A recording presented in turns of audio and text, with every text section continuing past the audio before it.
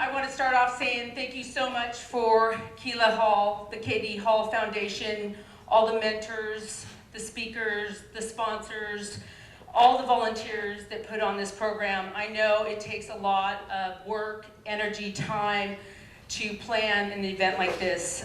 Thank you so much. This truly is an opportunity of a lifetime for me to stand up and have a conversation with you young girls and women that are going to be shaping and changing our next future.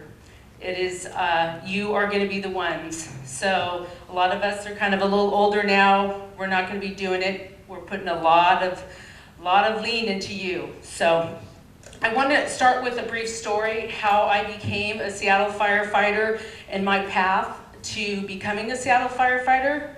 I was in school, it's my senior year. I'll be very honest, I was going for a business administration degree, but I did not know what I was going to do with that degree. All my parents wanted me to do is go to school, but I just did not have any focus. I was not focused. I did like sports. I liked to play sports in high school, liked to play sports in college. But I happened upon a mountain bike race that I went to. And after that mountain bike race, I met a woman named Annie Myers.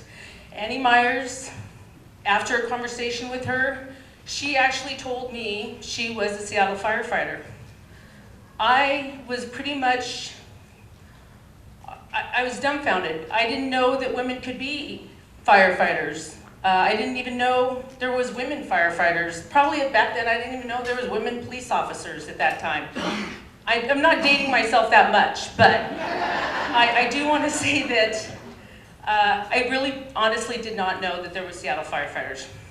Long story short, I inundated her with questions, probably until she basically left and just left me just by myself. So, but what happened there is she said something to me that I don't know if maybe anyone has told me that before, and I'm sure my parents have, but maybe it's because she said she was a firefighter. I didn't think I could be a firefighter.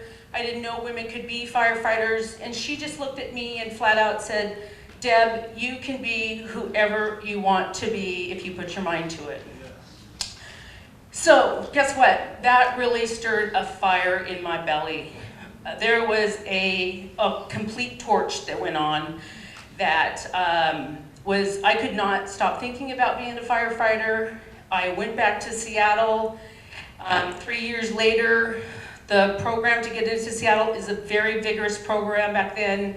I had to take physical tests, oral tests, written tests, and I did get accepted into the Seattle Fire Department. Just, thank you, yeah. It is a little bit of a feat, but with that being said, then I had to go through, I got accepted, and then I have to go through recruit school, which is one of the most vigorous physical, mental, psychological challenges that you will ever choose to go into. And to think I raised my hand and said, this is what I want to do. But the story is that after a lot of hard work, true grit, bruises, failure, a lot of self-doubt, a lot of lack of confidence, a lot of mentoring, a lot of friends helping me out, I made it. I became a Seattle firefighter. I made it through recruit school. I persevered and persisted. And you too can, no matter what you do.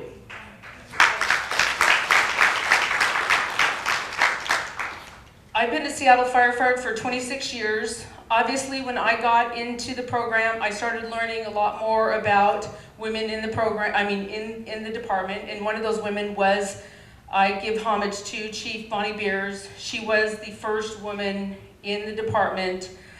She came in 1978. So you can imagine she's the one that really paved the way for all the women in the Seattle Fire Department. Thank you, yes.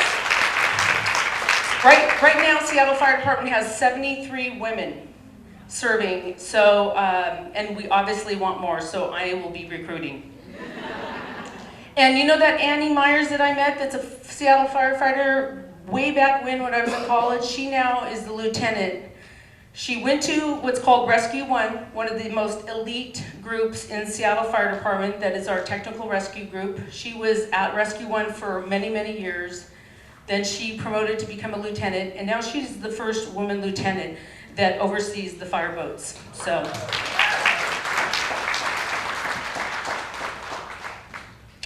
the purpose of me telling you my story and my path is that it's different for you now. There is no career, anything you can pursue it. Every woman can do whatever they want, right? So my path is not your path. You should know that you can do anything and everything you put your mind to, right? Yes, that is right. Every woman today in this room can achieve anything they put their mind to. It's all about you, the power within you. No one else is going to do it for you, but it's all about you. You can be a firefighter like Julio Edwards back here, like myself, like Chief Kennedy, like all the firefighters in the back. You can be a Seattle police officer like Andrea Herrera here. You can be a mayor like Jenny Durkin. You can be a senator like Patty Murray. You can be, which is just, I think she rocks, but that's just my opinion, the Seattle Police Department Chief Carmen Best. And also, if she's in the room today, you can also be the president of the NAACP, Sadiqa Salima. So I have a picture. I don't know if that picture can be put up. That I am one of Seattle firefighter chiefs, women chiefs. And I am really fortunate to have, I'm glad the judge was talking about mentors. And I have one of my mentors happen to be in this audience today that has lifted me up, that has grabbed my hand, said I could do it. So I want to acknowledge her. She's not only a peer, a friend, a mentor to me, and that's Chief Melissa Kennedy in the back. Thank you, Melissa.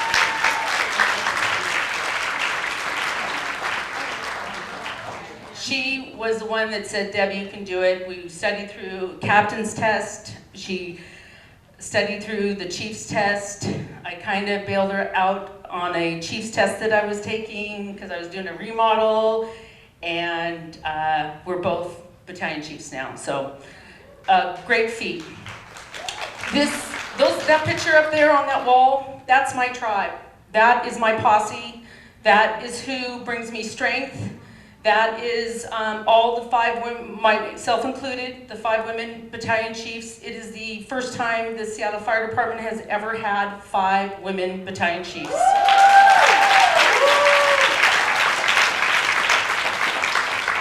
I want to acknowledge each one of those people. To my left was Chief Amy Bannister. The middle person is Deputy Chief Reba Gonzalez. The other woman is Tamlin Negretto, and the last one is my buddy, Melissa Kennedy. So yeah, definitely a big feat.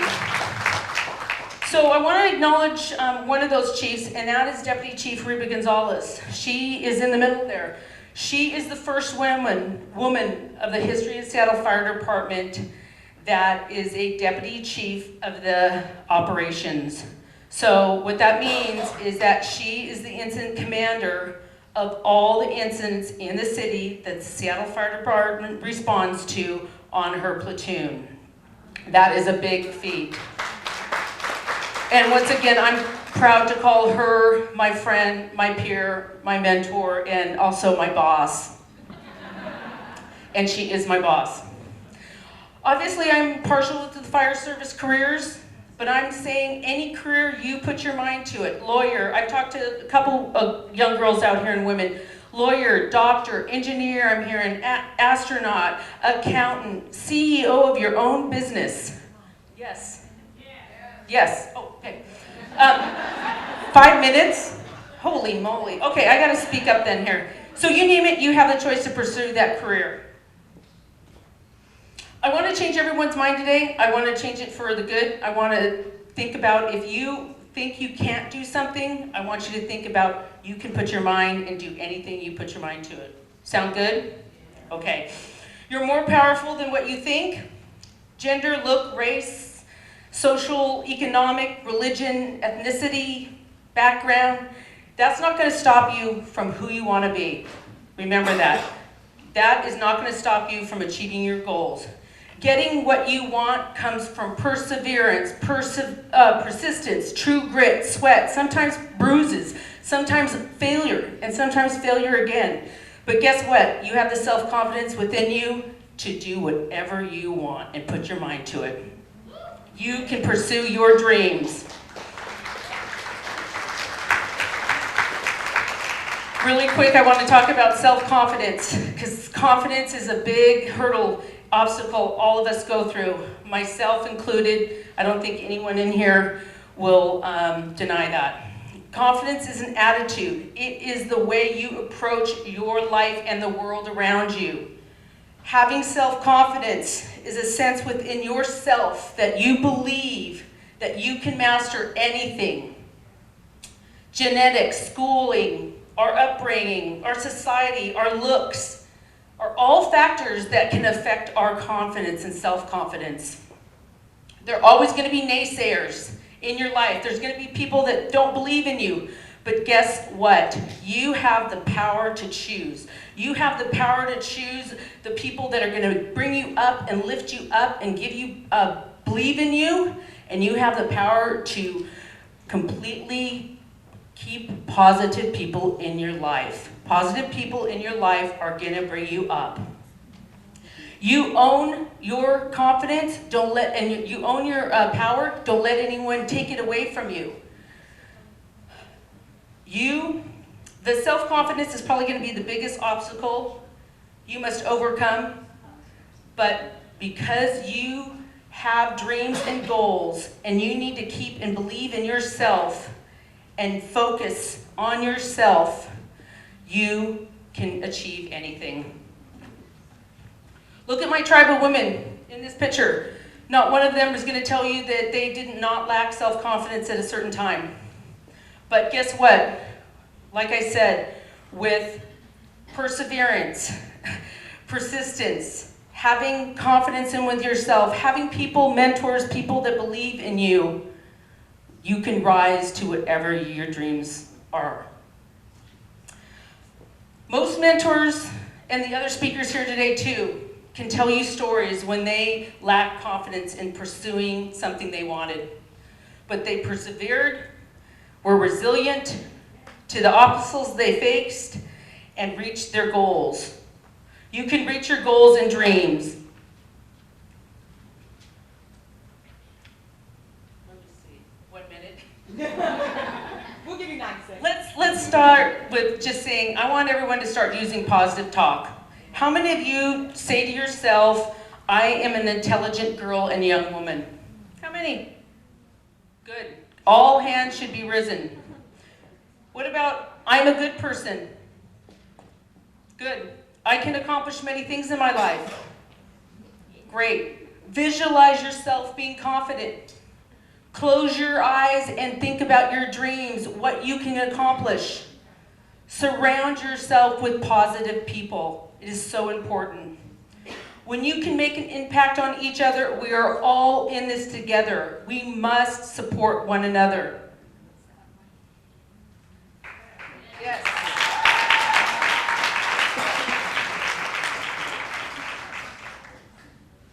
One more minute, Keela. Give me 1 more minute. Okay. You guys think of a swag bag. Okay. I want everyone to be thinking about encouraging everyone to be educated. Education is a foundation for how far women can go in their life. It is so important. Engage yourself in friends and family and yourself to learn a new skill or technique and shoot for the sky. I want you to start appreciating the women around you and support girls and young girls and women. Make sure you let them, the women around you and the young girls around you know that they are valued and they are equal to everyone else. Support women that need assistance, just like we are doing here today, just like the KD Hall Foundation. When you rise up to another level, you need to lift up someone else too. And I'll be honest, I took that saying from Chief Carmen Best. When I heard that, it's like you rise up, you lift up someone else. And that's how you make a difference. I want to say it's important for us to be supporting women's groups that lift others up, like the K.D. Hall Foundation. We need to support and fund organizations that promote women entrepreneurships and women's empowerment.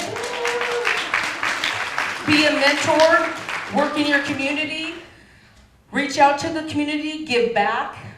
All of us can be a source of encouragement for each other. So, Girls on the Rise 2.0. I want you to smile, laugh, hold your head up high, be strong, young women, walk out of here after today's program and rise to great success. You have what it takes to be victorious, independent, fearless young women. I would love to see many of you in the Seattle Fire Department. Obviously, a little partial there. Our opening is in October. Good luck. I believe in you. Believe in yourself. Thank you so much.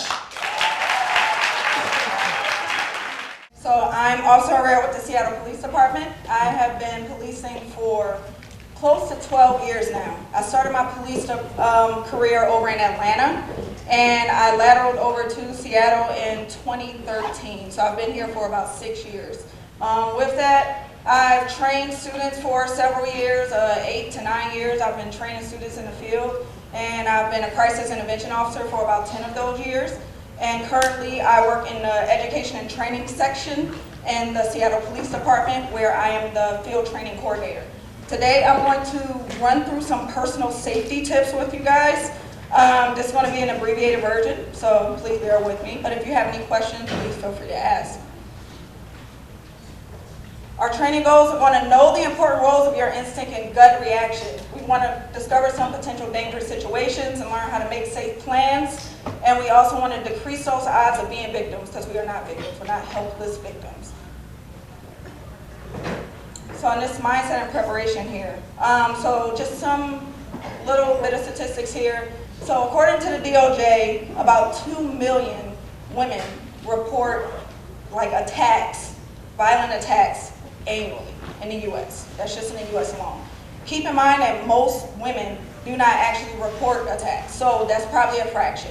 That number may be double, it may be triple. We don't know.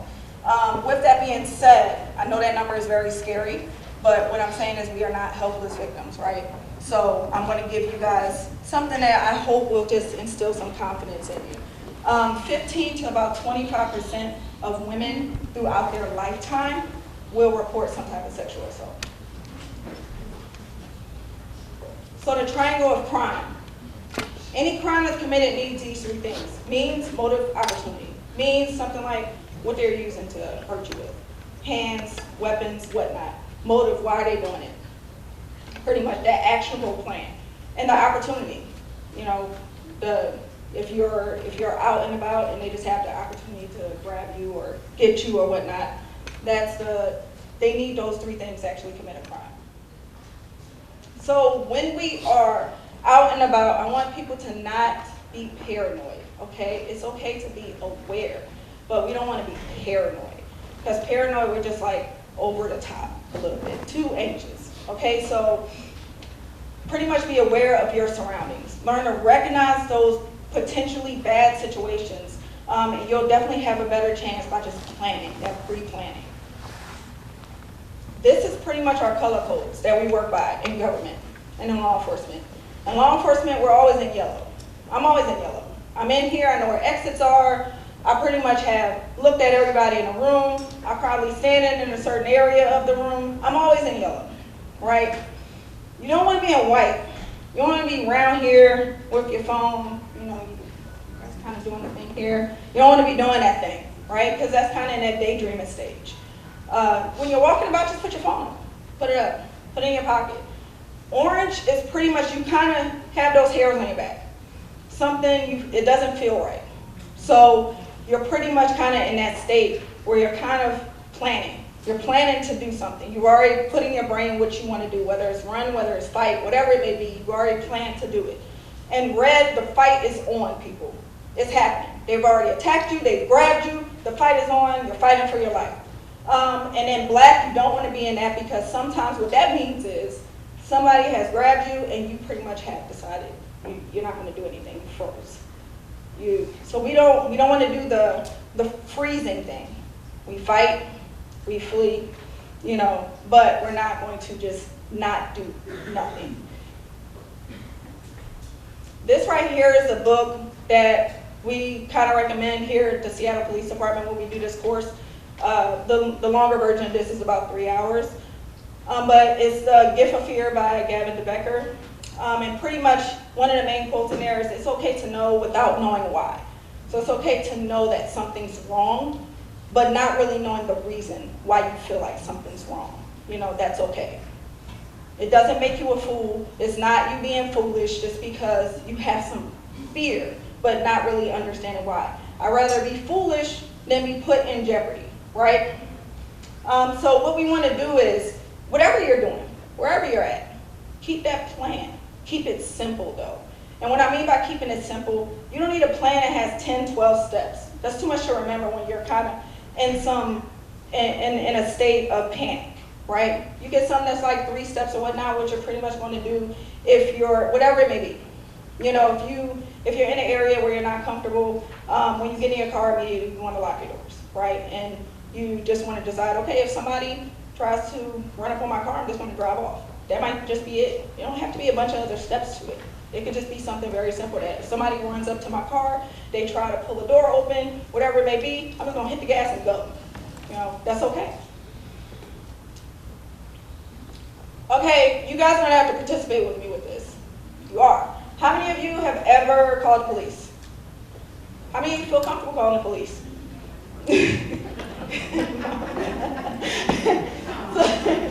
So look, the thing is we want to create like witnesses when stuff happens, right? We want to create witnesses. So to do that, we have to yell and scream though. We can't be downplaying it. So I want you guys to pretty much make South Precinct come over here.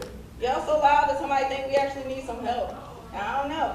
So what we're gonna do is, on my count, we're gonna say no, help police, okay? Are you guys able to do that for me? Yeah. You guys, you're not shy, right? We're gonna do that? Cool. All right, as loud as you can. All right? So 1, 2, 3.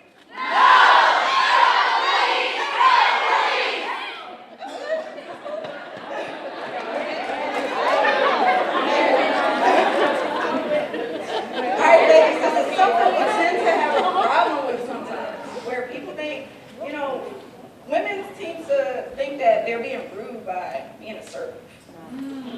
And if something's making you uncomfortable, if someone's making you uncomfortable, if they are in your space, tell them to move. It is not rude to tell someone to get out of your space. It's rude for someone to be in your space and make you uncomfortable. Think about the people that, especially the men that are close around you.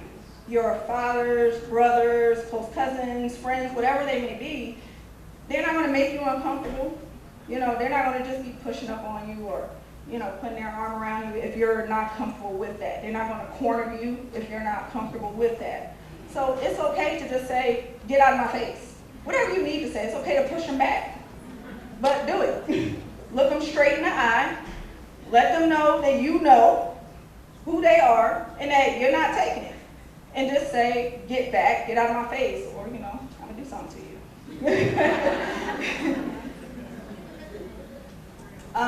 This right here, guys, may be a little bit scary, but just in case anybody's been attacked, if you feel a little scared about it, that's okay. You can get up and walk out if it makes you feel a little uncomfortable. But just know this, if it's gotten to that condition red, if the fight is on, you will be injured in the first 15 minutes.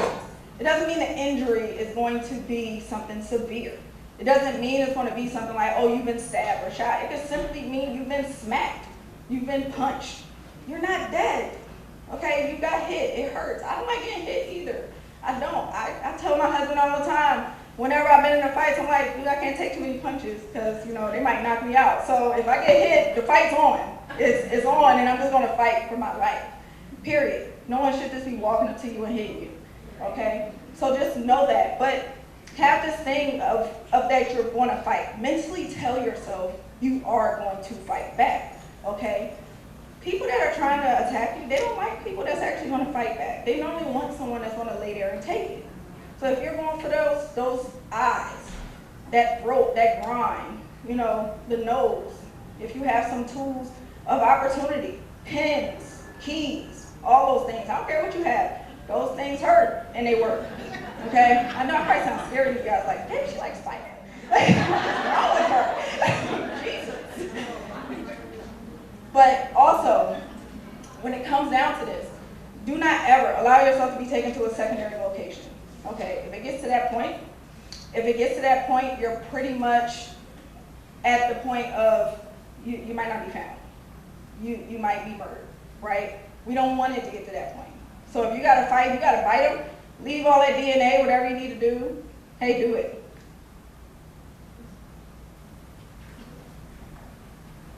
How many of you guys go running? A lot of people go running. Always be aware of your surroundings, okay, when you're running, all right? Pretty much if somebody is, whenever you are running, I go running by myself too. I go running even with headphones, but I try to keep them low, or I just try to keep one in there. But at the same time, I always let someone know where I'm running. They have apps where you can just share where you're running, the location, let somebody know about how long you're going to be going, okay, when you're running. So they have that expectation of when you should be coming back. You know, whether it's running, cycling, walking, whatever it may be. You can share your locations with people. Okay, that can definitely help you. When you're walking, also be aware of where you're walking on the sidewalk. Don't walk too close to car doors.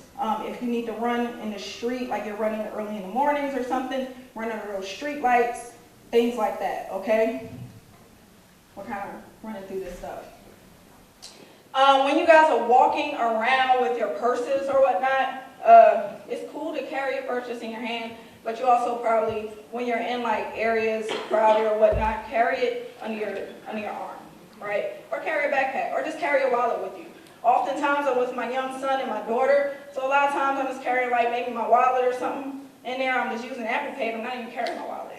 So I'm trying to carry as little as possible, and I'm more so concerned about them, you know. We talked about that. Driving is the same thing. A thing on driving, what I want to talk about, we're going to run through some of this.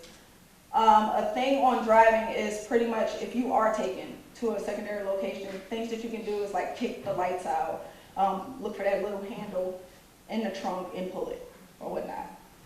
Calling 911, this is simple. Call 911 when there's an emergency, period. Okay? Don't downplay the emergency. If there's an emergency, call 911. Point blank simple. But you can also call the non-emergency number, which I'm going to run through right here. The non-emergency number is 625-5011. But you only call that number if you literally just think there's not much going on, you just want to make someone aware of it. If there is an emergency, just call 911, period. Okay? Just know with this, as far as us doing that no help policing or anything where you guys are having those running game plans going, it takes 21 days to make a habit. Okay? So it's not going to be immediate. But just practice doing it, even if it feels silly. All right? Just go ahead and practice doing it. Okay? And that is it. Anyone have any questions? Because I ran through it. And I got through it.